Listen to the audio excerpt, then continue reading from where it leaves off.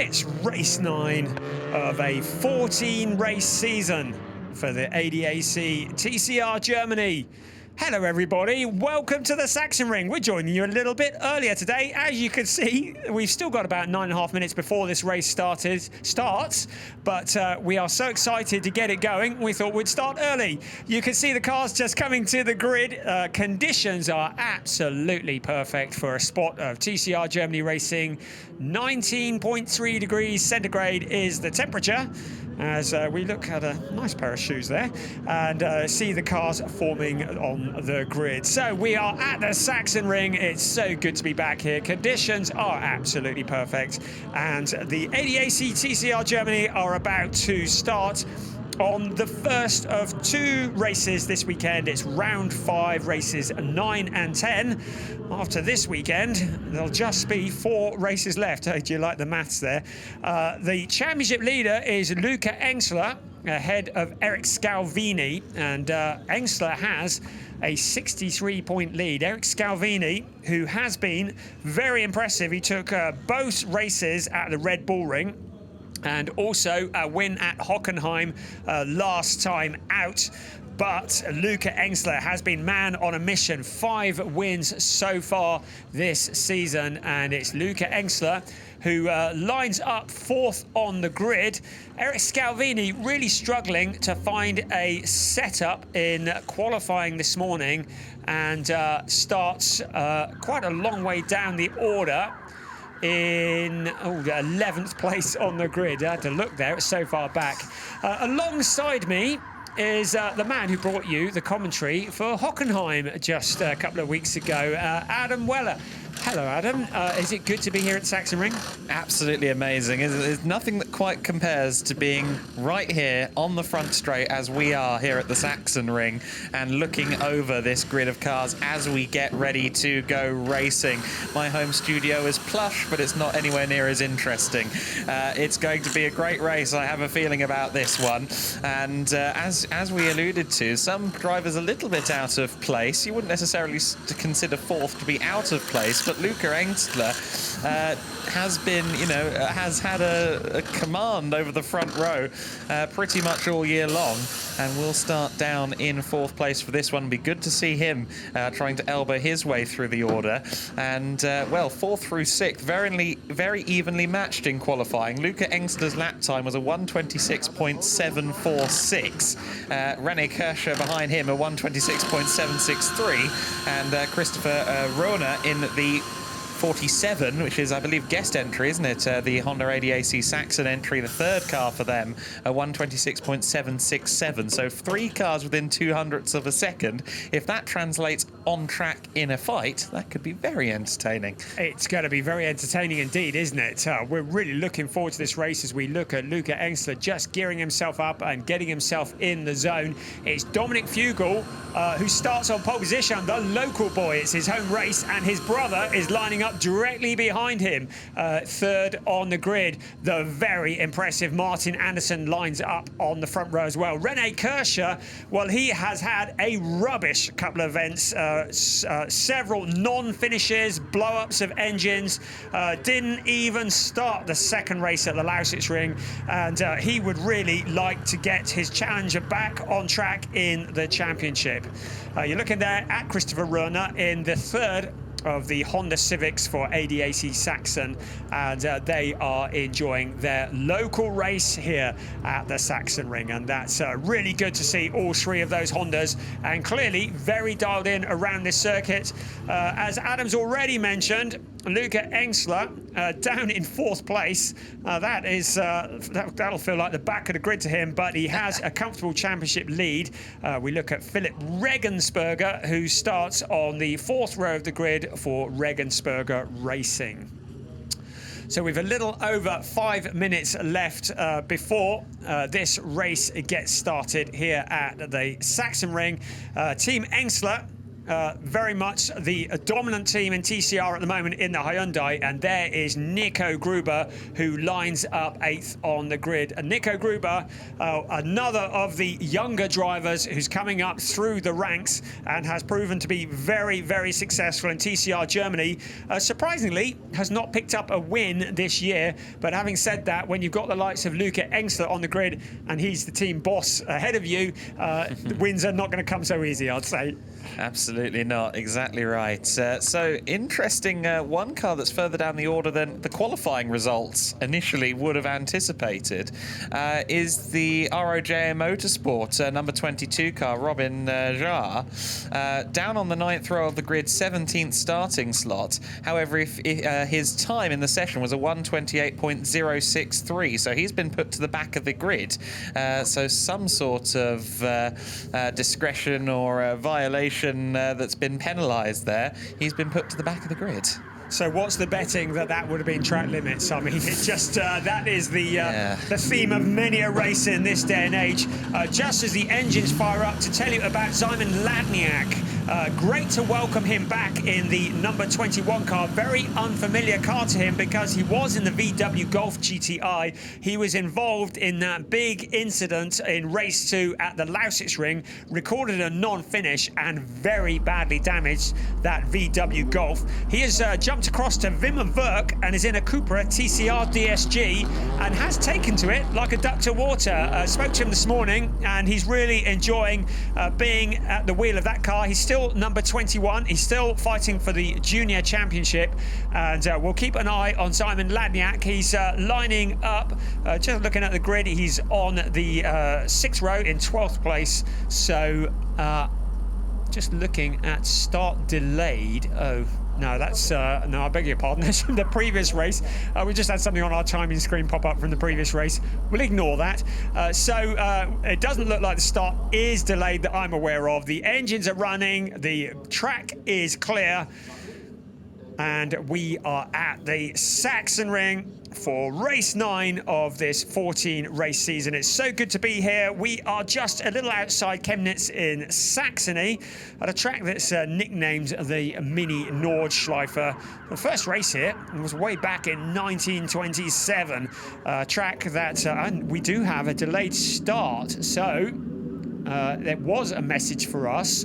That was, if you were watching the excellent GT4 Germany race that was earlier on, Gabriela Jilkova at the wheel of that Zakspeed Mercedes had a bit of a moment in the final lap of the race. Clearly, they're still trying to drag the remnants of that Mercedes off the circuit, shovel that away, get that repaired, and that'll come back tomorrow.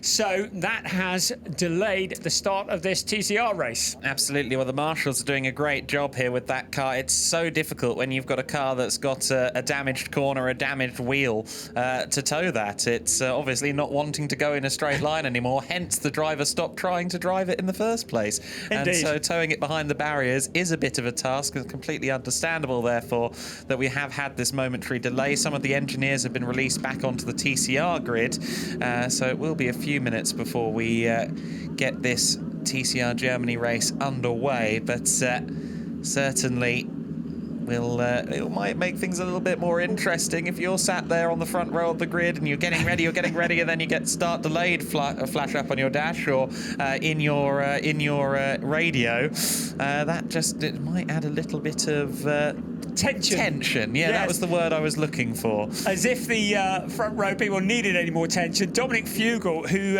came into this season very much as a championship favourite. We were originally expecting him to see him in GT Masters, and then a last-minute change of plan saw him back into TCR Germany. Unbelievably, we're at race 9. He is yet to win a race. He is a very strong contender. He's had a number of seconds and thirds throughout the season, but is yet to get the top step of the podium. And this is his best opportunity yet to put that to rights. His fellow front row starter, Martin Anderson, has also yet to take the top step of the podium, but he has been very impressive. It's his first year in TCR Germany. He started on pole position for his first ever race in the series, and I say kudos to him for that, and has picked up a couple of second places, but still is looking to get up onto that top step. Chatting to him earlier, he is loving the guidance of Luca Engsler. He drives for Hyundai Team Engsler, and Franz Engsler, of course, the team boss, and the Engslers who know everything there is to know about TCR, about Hyundai i30s, and he couldn't have a better learning ground. Martin Andersen from Denmark, who will be a championship challenger, if not this year, then certainly next year. Well, he's got championship winning pedigree in Denmark as well. He had quite a few national title successes over there. They're very tight and tricky circuits by and large over in Denmark. It makes some very interesting racing, I grant you. And moving up into ADAC TCR Germany, getting the opportunity to take international racing Formula One caliber circuits on this calendar in ADAC TCR. And as you say, taking to it like a duck takes to water, and with such good backing behind him, is it any surprise, really? No, absolutely, and he is absolutely loving it. We're already looking ahead to 22 and hoping that he will be a part of the grid in 2022.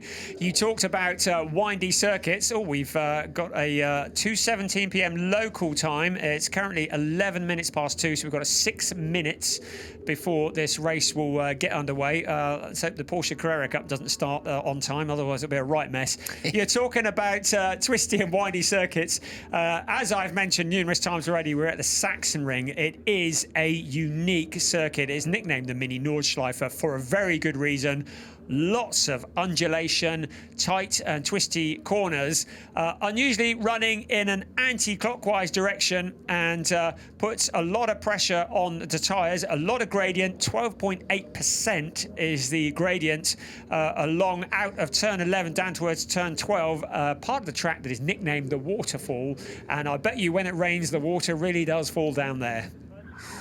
Yes, I'm not going to grace you with a chuckle there, I'm afraid. All right, okay.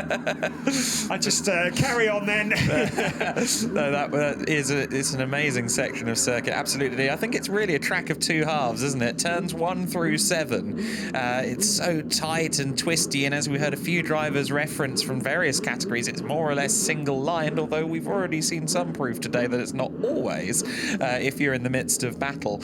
And then, kind of from turn 7 onwards, it's really fast and flowing, isn't it? It makes for such a great little duality, I suppose, between the sectors. Yeah, I mean, it's one of my favourite circuits on the calendar. Drivers tend to either love it or hate it, as we see Christian Voithofer starting from the pit lane. So Christian Voithofer opting for a pit lane start. One of the features of this circuit is also the fact there are a couple of real blind crests out of turn 6 and up towards turn 11. Best overtaking opportunities are around the final 2 corners, 13 and 14, and also in towards turn 1 as they pick up a toe quite often down along the pit straight. So opportunities to overtake, lots of opportunities to stick it in the gravel trap as well.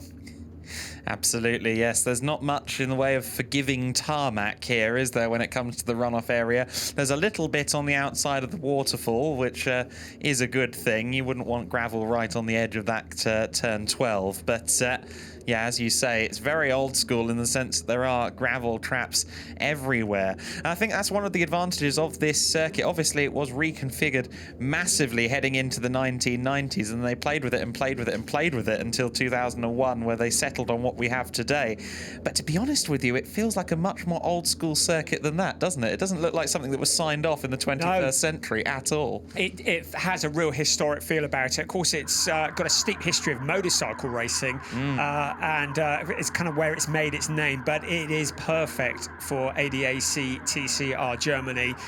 We always get great entertaining races. You just saw a little board flash up on your screen there, somebody very kindly holding up the 3-minute board, so we're less than 3 minutes before we can get this race going. So apologies if you tuned in to see this and wondering why it hasn't started yet. We have a delay just because a previous race, the GT4 race, we had a car that needed to be shoveled off the circuit. But we will be underway very, very shortly. To remind you of the point situation, it's Luca Engstler who leads with 249 points from Eric Scalvini. He's 63 points adrift. Martin Anderson, who is starting on the front row, looking to close up. He's 100 points back. These were the points actually prior to qualifying, and we do pay out points 10 down to 1 for the top 8 in qualifying. So that points championship will have adjusted very slightly, and of course 25 points for a win down to 1 point for 15th place. There are 4 championships. Luca Engstler leads the Drivers' Championship. Nico Gruber leads the Honda Junior Challenge. You get a nice Honda Civic as first prize if you win the Honda Junior Challenge. So Nico Gruber could be driving off in a brand new Honda Civic. There is the Gentleman's Trophy category with Roland Hertner at the top of that, with Gunther Benninger in second. And the Team Championship, well, Kel Surprise, Hyundai Team Engstler have a monumental lead in that one. I didn't know there was a Honda Civic on offer. I think I'm young enough to be a junior, and I saw a spare chassis. I'm off. So, I need a car quite badly. I will be commentating on this solo. Yes. How much is an entry again? More than you can afford. Correct. Yes, there we go. So the cars are now 1 minute away from starting the formation lap. The engines are running, a little bit delayed, but hey-ho, that just means the tension is rising that little bit more. We will very shortly be getting this race underway. We are at the Sachsenring. It's race 1 today, race 2 tomorrow. In 3 weeks' time, we head off to the Hockenheim Ring for round 6, races 11 and 12, and the whole thing comes to a close in November. Bring out the snowshoes, because the 5th and 7th of November, we are at the Nürburgring, that event that very sadly had to be postponed in August because of the dreadful floods that hit Germany and much of Europe. Really pleased that we are still going to be able to go to the Nürburgring, albeit a little bit later, and that will be the season finale in November. That will be chilly / wet / windy / who knows. Yes, I think maybe some weather bingo could be in order there. Hour by hour it will change, and that will be a great cap-off to the season. The Nürburgring, another circuit that's very well suited to touring car racing, as is the Sachsenring, and that's what we have here for ourselves this afternoon. Formation lap underway then, Brian. It's been a little while coming. They've kept us waiting, but we don't have to wait much longer. Oh, it's great. I mean, it's good for the tension, isn't it, when you drag out like this and suddenly we're like, yes, okay, we're ready for it.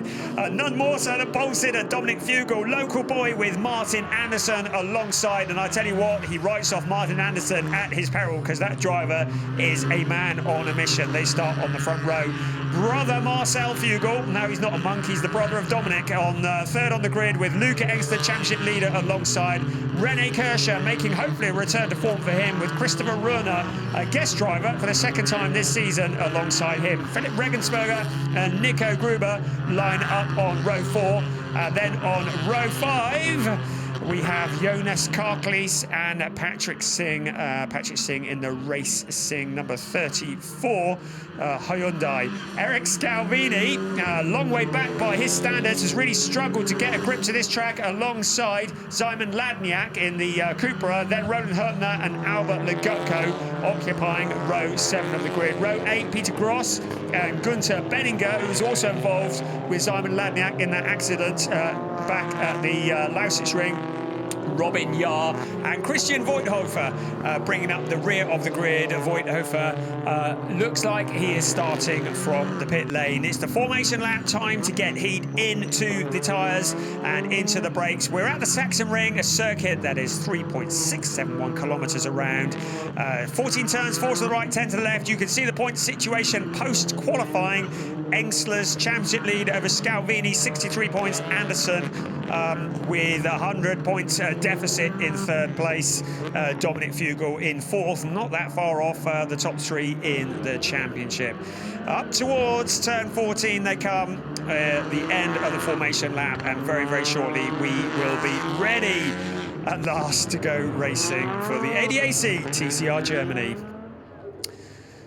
So you can see the markers You can see also that conditions are absolutely perfect. Not too hot, not too cold, not too windy.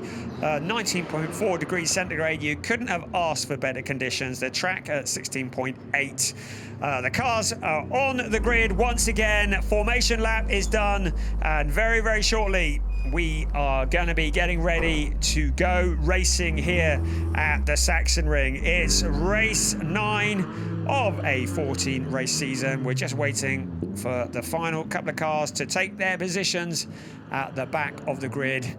There will be that eerie silence before the revs rise, and very shortly it will be either Fugel, Anderson, or who knows that will lead this field in towards turn 1. We're waiting for clearance from the back. There you go, green flag. That means yes, it's all good. All engines are running. All eyes are on those red lights, and we are go. And there's a car that hasn't even got away at the back of the grid, but it's Dominic Fugel who steps off pole position and leads into turn 1. Martin Anderson coming under pressure from Marcel Fugel. Fugel trying to squeeze him onto the grass, but Anderson getting his elbows out and holding on to that second place for contact with Fugel. But Fugel drops back into 4th place, and looked like Luca Ensler also trying to wrestle through. The cars have all made it through the first couple of corners, but it's Dominic Fugel who leads the way. Luca Ensler has made a great start. Looks like he's found a route past Anderson as well. So it was Benninger who didn't get off the line in the ADAC Motorsport car, but it was all kicking off at the front of the pack, as you rightly said, and Engstler has very quickly rectified his qualifying situation, hasn't he? All the way up into 2nd place from 4th on the grid on that first lap. Anderson and Fugel were at very close proximity, and Fugel gets past there. Anderson drops down to 4th position. He's got to worry about René Kirscher behind him as well. So Anderson not getting any respite at all as they head to turn 13. But look at that lead. Dominic Fugel hasn't even completed 1 lap, and he's almost lapping the entire field. Dominic Fugel has checked out. Luca Ensler in 2nd place. Marcel Fugel in 3rd. Martin Anderson, not the start that he was dreaming of. René Kirscher, he really wants to put things to right. Look at Nico Gruber on the outside of Philip Regensberger. So Nico Gruber trying to work his way back towards the front, but Dominic Fugel, what a monstrous lead he has. 2.7 seconds in 1 lap. It helped that the cars behind were all driving into each other, of course, but Dominic Fugel taking this race by the scruff of the neck. One driver who needed a really good first lap was Eric Scalvini. He started 11th. Unfortunately, he's down in 13th, just up to 12th place. As a matter of fact, I'll correct myself. But Scalvini really needed to strike while Engster's qualifying form was ever so slightly dented, and he didn't do it. Regensberger and Legutko side by side, the older FK2 spec Honda Civic Type R, just getting past Regensberger in the Opel Astra TCR. Great scraps in the early going.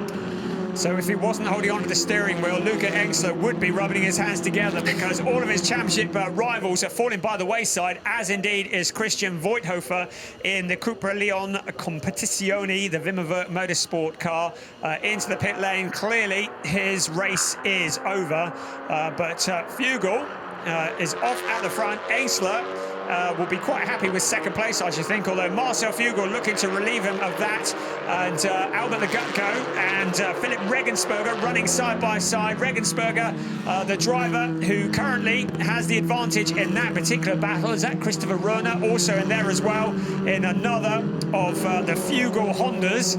But Regensberger at the front of that scrum. Here they come. Patrick Singh getting involved as well. We've seen Patrick Singh already this year. He is not scared to get his elbows out. 3 abreast into the corner. Oh, maybe even 4. As Regensberger locks up a wheel into turn 1 and moves away from the pack of cars behind. And here comes Rohner again on the inside of Patrick Singh. Rohner was being a little bit polite there here and there, giving people track position or at least track space, and it's come back to bite him. He's dropped down all the way to 10th place now as Singh gets through down at turn 4. And, well, that is unfortunate for the guest driver, the ADAC Saxon entry, the 3rd car. But I'm sure we'll see him now hopefully regroup and work his way back up the top 10. He's certainly got the equipment to do it. The thing about Röhrner is he is not in the championship hunt, and he doesn't want to interfere with anybody else's championship, but try saying that to a racing driver when you've got a podium just up ahead of you. So Röhrner just being very gentlemanlike as we look at Marcel Fugel honing in on Luca Engstler. It really does feel as though the Honda Civic is very dialed in on this Sachsenring, as Simon Ladniak getting to grips with that Cupra, having spent the season behind the wheel of a VW, is finding his feet and putting the heat on the number 22 of Robin Yar. Yeah, the older spec Cupra, the car that was superseded at the end of 2019 and was in touring cars or in TCR from its inception in 2015, and then of course they've made this new model. But great to see him in there, albeit with maybe a pair of flat-spotted front tyres now. Got slightly caught out by the closing speeds there on the Hyundai ahead of him. I couldn't believe how many cars were locking up into turn one. It just shows how hard they're pushing, and on a circuit which is renowned for tyre degradation, I'd say that's quite a brave move, really. And especially given, of course, all of these cars front-wheel drive, they have to deliver the power and do the cornering. It's not that the GT cars with the rear tyres have to put in their share of work. Realistically, the rear tyres are just there to make sure your boot lid isn't scraping off the tarmac. So, you know, front-wheel drive cars, you don't want to be putting those tyres through any more work than they're already putting in, and locking up the tyres is certainly putting them under undue stress. So Dominic Fugel leads the way, 4.1 seconds. We've only had 5.5 minutes this race. How is that even possible? He leads the way from Luca Engstler and Marcel Fugel, his brother, in third. Dominic Fugel looking to put to rights the fact that he hasn't actually stood on the top step of the podium this year yet. Our focus is further back at Albert Legutko, and Legutko has a whole stack of cars behind him, none more so than Patrick Singh and Christopher Röhrner, itching to get past and relieve him of 8th place. Singh tried to make a move there at the last corner. Legutko turned in a little bit on him, as he had right to do so. He had the corner, and that's put Singh back into the clutches of Röhrner in 10th place. So again, a great illustration of how from corner to corner the battle's cast can change completely. And yeah, absolutely great battle this is for 8th position. And Legutko again in older machinery, the FK2 spec Civic, but still makes it work very well indeed. You can see all the marbles being picked up and thrown to the side, which shows you how much tyre wear there is on a circuit like this. Jonas Karklees at the back of that queue as well. He's been a real entertainer this year, currently in 11th place. But he's got his eyes on getting past the Christopher Röhrner Honda that's in front of him. Jonas Karklees, write him off at your peril, because he is a man who is on the push, looking to improve on a best of 3rd place so far this season. Absolutely, looks like a move to the inside potentially. I think Singh was going defensive rather than offensive there, although he almost ended up getting the side of Legutko's car as well. Great little 3-car scrap this is. Röhrner just biding his time. Singh is absolutely not biding his time. Legutko, for the 2nd lap in a row, cuts the nose off the Hyundai at the final corner, and we've got a Honda versus Hyundai drag race. It's Type R versus N, two very prodigious hot hatch labels, and Röhrner with a nose ahead, but he has the outside line, and the 24 car just about holds on. Singh doing a good job holding on to that 9th place. Bringing you Anaxar us with all your car model names. This is why Adam is here. It's great stuff. This is what we need to know. Albert Legutko in 17th, Patrick Singh behind. Christopher Röhrner is now got the rear gunner loaded up and pointing backwards, because Jonas Karklees is there, and look who's behind, Eric Scalvini in 12th place. Now Scalvini would dearly love to get past this fight of cars, because he is 2nd in the championship. That gap between him and Luca Engstler is going to grow dramatically if the race finishes as it is. Meanwhile, Dominic Fugel, well, he's got time to stop for a cup of tea and read the paper for a bit. He is miles ahead. Luca Engstler really has nothing for the Honda by my reckoning. 5.8 seconds with just 9 minutes of this race gone.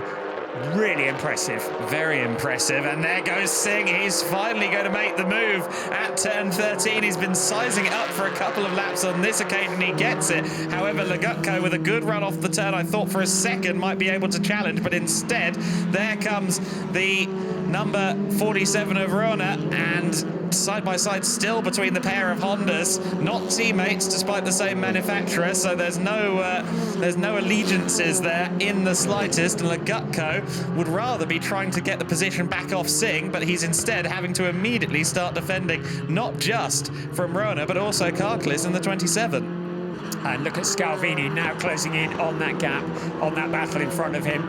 Amazing to see how many cars are still locking up into that corner. We're looking at a replay here as Patrick Singh went to the inside of Legutko, as we just saw. Legutko tries to switch back and Singh says, no, thank you, I'm having that one from you.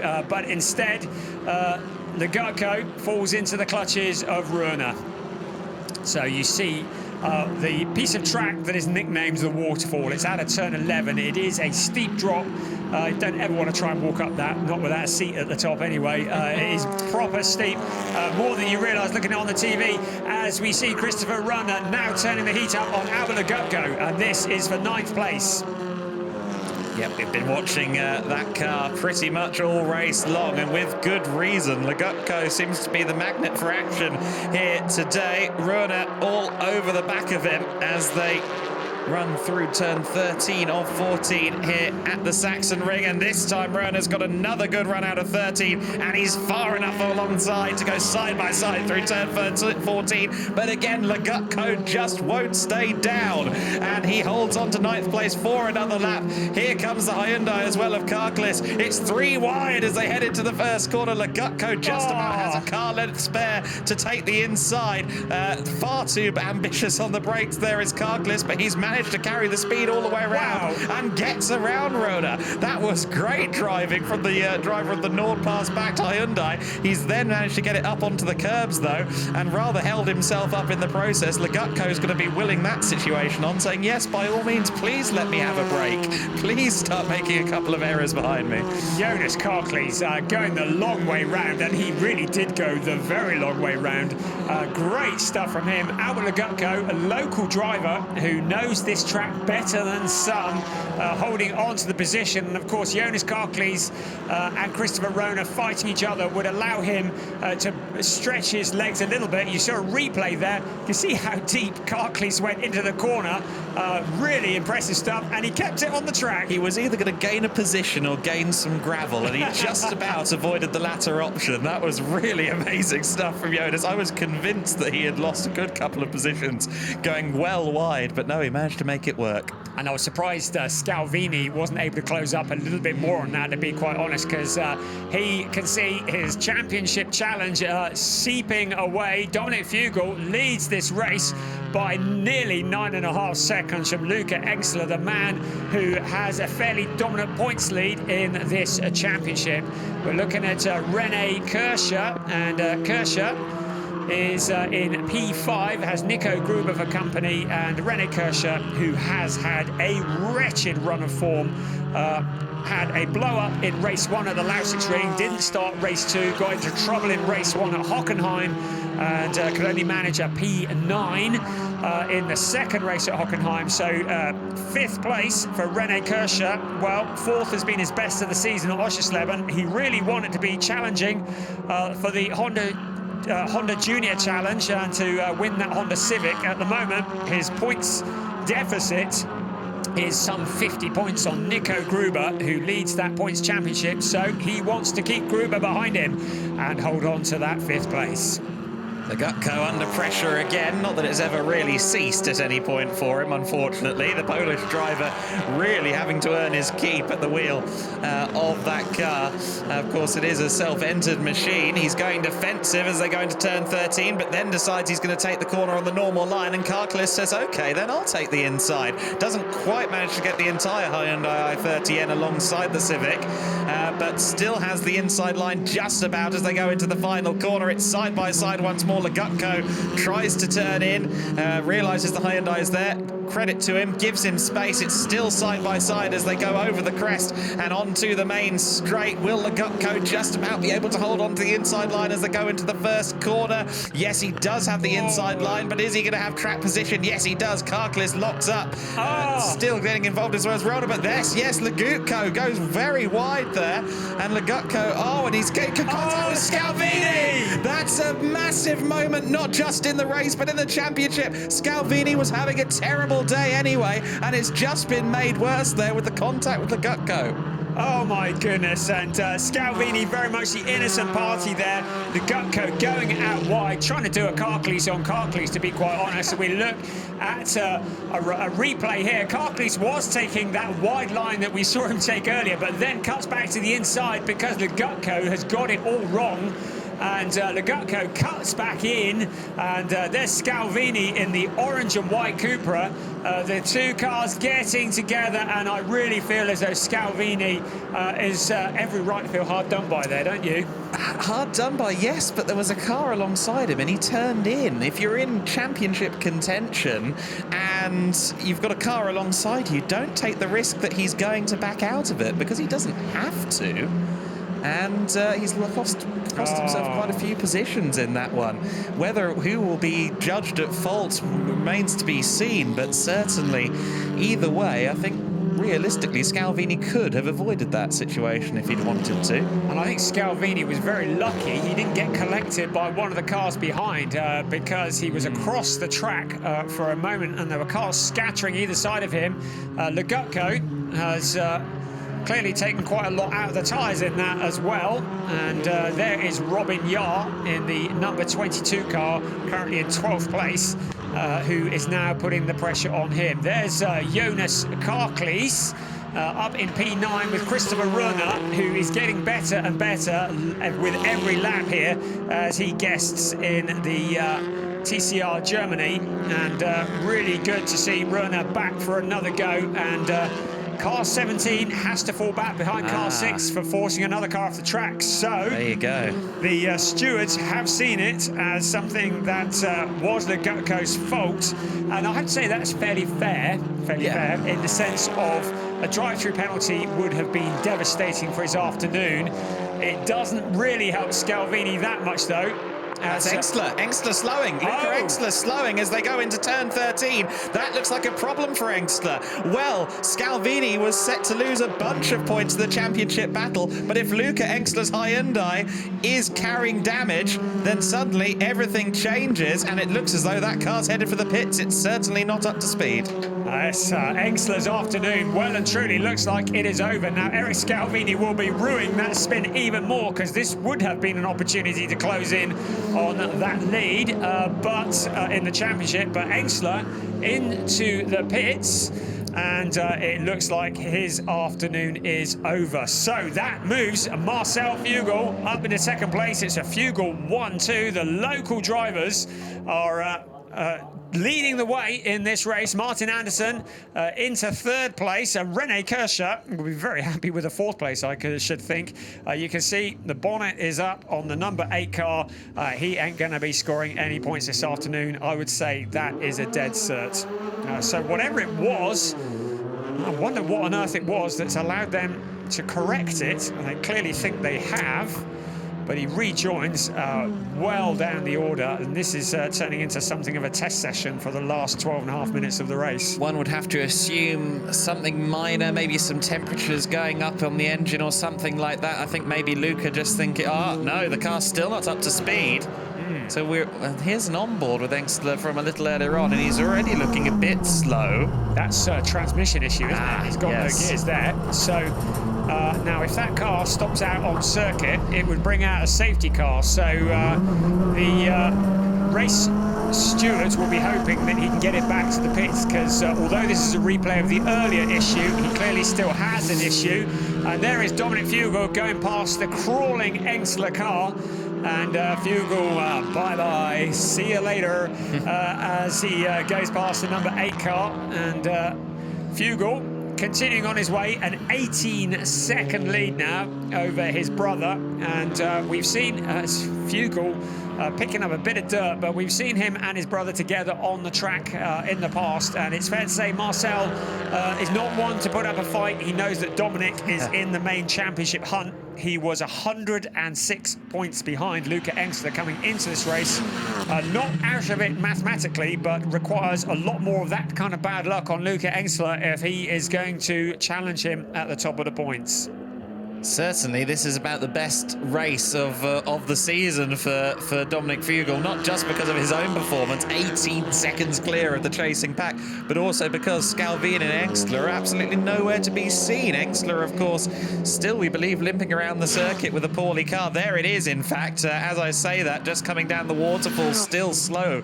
I imagine probably coming into pits for the second and final time this time by, unless they can really work some magic on that car in the pit lane, which seems unlikely with a transmission issue. And Engstler actually just coming. We see a battle going on. That's Legutko involved in more dramas there with Jar, wasn't it? Yeah, sorry. Yeah. The 22 car and the 17 making contact. We've already got Legutko set to drop a few places back because of that incident with Scalvini, and he's in the wars yet again. Yeah, you get the feeling that the elbows are definitely out in the Legutko car as we see Engstler return to the pits once again. But Albert Legutko still hasn't dropped back. He's been instructed by race control to drop behind Scalvini, which would be a significant drop in the standings and certainly out of the points. Clearly, he disagrees with that, and maybe the team are having a discussion with the race stewards about that. But yeah, in the meantime, Legutko getting involved in all sorts of other battles. It's a lively race for him, and oh, you really don't want to get under there with the wheel spinning, do you? So that could have got messy. So the team once again working on the Luca Engstler car. Meanwhile, Martin Andersson is up with Marcel Fugel and has his eyes on second place in this race. We've still got a little over 9 minutes plus 1 lap. So this is all set to end in excitement. Marcel Fugel and Martin Andersson. Marcel Fugel kind of holding Martin Andersson back a little bit. Andersson looks to the outside, but clearly that Hyundai is quicker than the Honda Civic. Martin Andersson moves to the inside. It's a drag race along the pit straight. It is Fugel who has the racing line into turn 1. Is either of them going to lock up under braking? Rene Kirscher there ready to pick up the pieces. Andersson trying to go the long way around, tries to make it stick. Can he cut back to the inside and not allow Kirscher through? The two cars make contact, and Andersson still holding on to that position, but now Kirscher's getting involved as well, and Andersson could lose a podium position if he tries to make a move on Fugel again. Rene Kirscher having the best race of the season for him so far in 4th place. This is going to be an excellent battle. Kirscher, as you said, has joined in properly now. Andersson, I don't think is best pleased with that one. He looked like he was sizing up Fugel at a couple of corners there where I'd suggest a move would never quite be on. Andersson has now had the red rag to the bull, or indeed the red Honda to the blue Hyundai, and trying to find a way through for second place. And we've seen so many moves down at the bottom of the waterfall at turn 13. That's where we're going now, and you can see Andersson changed his line there to get as good of a run as he could through turn 12 onto 13. Not close enough to make a move, is he? Well, he has a jolly good look at it, doesn't he? And closes in on the apex as well. Got all into the rear of Marcel Fugel on that occasion. Fugel goes defensive, catches on the outside. Andersson stuck in the middle, and whoa, who's going to be in the lead by the time? Andersson just about gets to second place. I wasn't sure who was going to be in second by the time they came across the line, but it was Andersson. Kirscher's flashing the headlights. He wants to try and get the inside line into turn 1. I don't think he's quite close enough. Andersson goes defensive. Kirscher's in 3rd place, and Fugel, just like that, is all the way down to 4th place and locking up. That car doesn't quite seem to be A1 since that contact to me. No, Marcel Fugel clearly has an issue, and he's just dropped 2 places in 1 corner. And this is where the 2 cars got together, and you do wonder whether Marcel Fugel has damage. He goes to shut the door. Anderson takes to the grass, keeps his foot on it. A bold move by Martin Anderson, because he stood to lose an awful lot if Rene Kirscher had got past both of them. But you can see that was quite a heavy impact, and you do wonder whether the Marcel Fugel car is certainly crippled or ailing at the very least, and he drops back. Rene Kirscher in the VW has got his eyes on a podium as we look at another replay from another angle of the exit of turn 14. And Anderson, Fugel, the Dominic variety, leads the way, and his brother has dropped another place behind Patrick Singh. So Marcel Fugel is going backwards, and his brother is going forwards. Dominic Fugel crosses the line. What is the gap back to Anderson?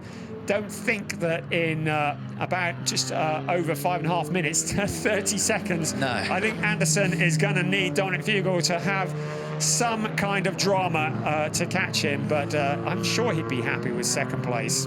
Legutko, meanwhile, is in the pit lane. You can just see in shot there in the very background. So the Civic FK2, unfortunately, the old warhorse has been in the wars all race long, with contact left, right and centre and battling galore. And unfortunately, Legutko into the pits. So, well, he has now fallen back behind Scalvini, so I suppose there's that. He has served that penalty in the pits, but unfortunately, that car on the bench for the rest of this race, and hopefully we get to see it out in race 2. Scalvini is into the points, although it looks as though Peter Gross has just taken a position away from him. But Scalvini in 14th place, so picking up the dregs very much. Not cashing in on Engstler's poor fortune, really, and Engstler must consider himself lucky that Scalvini is having one of those days at the office. He absolutely is. Yeah, this is very unfortunate for Scalvini, really. He was by far the closest contender to Engstler. Not that anyone was particularly close to Engstler coming into this one, such has been Luca's form so far this season. But he was, if anyone was going to take the crown from Luca, it was most likely going to be Scalvini. However, with this result, of course, Dominic Fugel really will have put the cat among the pigeons a little bit. He'll be right there with the top two. Yes, the Moggy has been released as we look at Jonas Karklees in P6, Patrick Singh and Christopher Ruhner in there as well. And Marcel Fugel continues his march towards the back of the grid, and it looks as though, can't see him into the pits, but Marcel Fugel now falling down the order. Clearly terminal problems there.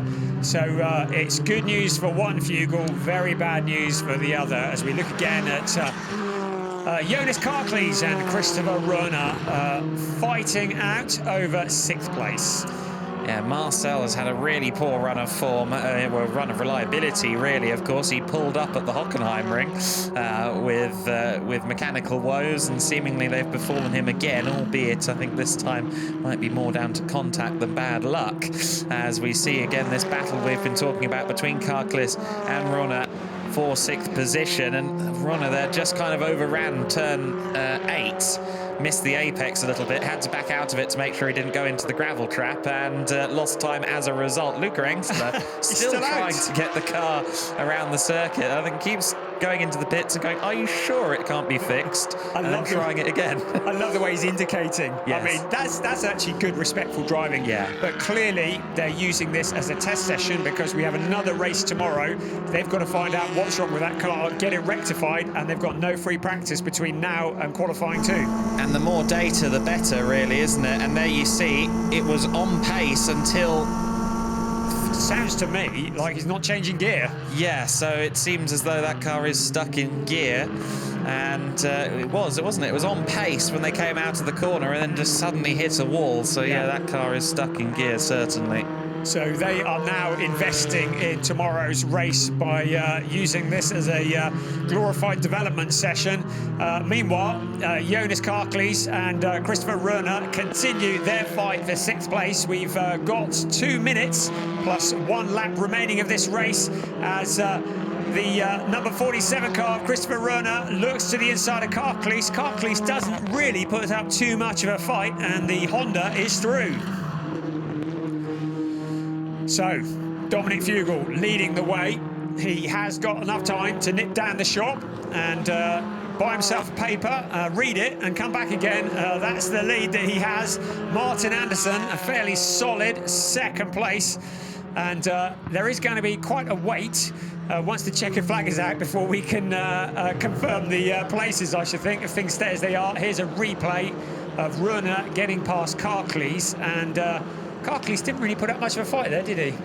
Absolutely not, no. It does seem as though he was doing, you know what, I do think you're a bit quicker, and let it happen.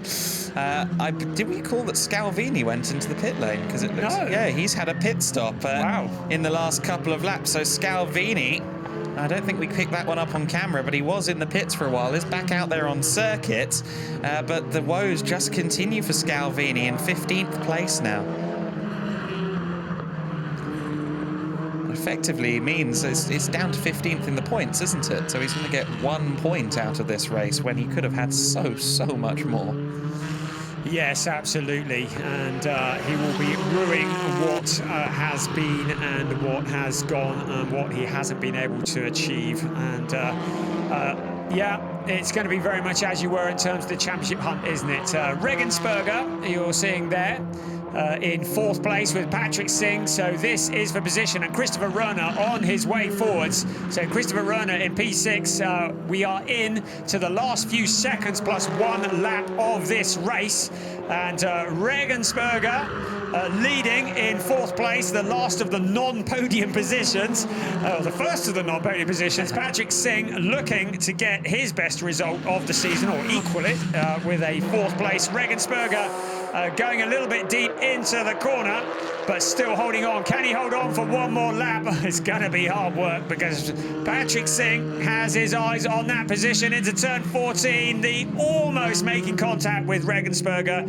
Regensburger having his best race of the year so far. P4 would be quite a result that he would take the young charging driver into the final stage of this race. Regensburger just holding off Patrick Singh. Patrick Singh, as you say, he goes all the way around the outside, surely. Yes, great move from Patrick, who's been charging through the order. He's been picking up positions left, right and centre, and following Singh through has gone Rohner as well. So Regensburger, we said he was going to equal his best position, but sadly it's not to be. I'm sorry. I'm sorry. Yeah, I know, you had to say it, didn't you? Rohner in 5th place, meanwhile. Must say a word for Rohner. He was on the outside of the top 10, well, just towards the fringes of the top 10 at one point. He's managed to get all the way back up to 5th, more in keeping with where he started, 6th on the grid. Lights flashing on Patrick Singh's car. Patrick Singh is going to be very, very worried about losing this position to Rohner. Whoever said you can't overtake around the Sachsenring, that is most certainly not the case. We are into the final lap of the races. Dominic Fugel, who crosses the line several days in front of Martin Anderson. It has been utter dominance from Fugel, launching himself back into the championship hunt. He was 106 points behind Luca Engstler coming into this race. Well, there'll be 25 points that he's taken out of that. I'm not going to do the maths, but Fugel will be closing in on the championship. Anderson in 2nd place. Rene Kirscher looking at easily his best result of the year so far in 3rd and his first podium. Patrick Singh with Christopher Rohner, and I think Rohner has his eyes on a position. So Rohner still putting the heat on Patrick Singh, but this is the absolute closing stages of this race, and he really is running out of time as they head around the Castrol Omega turn and up the hill towards the blind crest. It is the final stages of this race. We're looking at Patrick Singh in P4, Christopher Rohner in P5. Regensburger is too far back to get involved, even if these two do get a little bit together in the last few corners. But this is the closest battle on the track on this, the last lap of race 9 of the season for the ADAC TCR Germany. You can see that Engstler is still out there trying to work out what's wrong with the car. And the cars continue into the final stage of this race. It's Dominic Fugel. Here he comes out of the final corner. Lights are flashing. He picks up the checkered flag. He could have pretty well walked that final lap. A really dominant display. We now wait just a long time for second place to come. Here he comes, Martin Anderson, second place. Rene Kirscher next across the line, and he picking up his best result of the season and his first podium of the season. And Patrick Singh just holding off Christopher Runner at the line. Philip Regensberger, and he is going to pick up his best result of the year so far. So, thoroughly entertaining stuff from the ADAC TCR Germany as they come into Parc Fermé. It's Dominic Fugel who really stamped his authority. Now, the question is, can he do it all again tomorrow? That Honda Civic is looking very strong around here, I'd say. Absolutely, it looks like it's in its element at this circuit here at the Sachsenring. As we say, the local circuit. If the ADAC Saxon Hondas want to show up and show out anywhere, it's going to be here, and that's exactly what's happened in that first race. Will say, though, for Regens... Oh, Engsler still not quite going across the line. And actually just ahead of him as well is the other Fugel, Marcel, just about getting across the line, albeit all the way down in 15th place. He was in the pits during this race as well. Of course, we saw that car having problems and falling back. So Engsler crossing the line 16th, Fugel only down in 15th, Marcel at least. Of course, Dominic had a much better time of it. I was going to say as well, speaking of cars that have had problems, Regensberger definitely came into mechanical woes towards the end of the race there. A 138 relative to his best, a 128.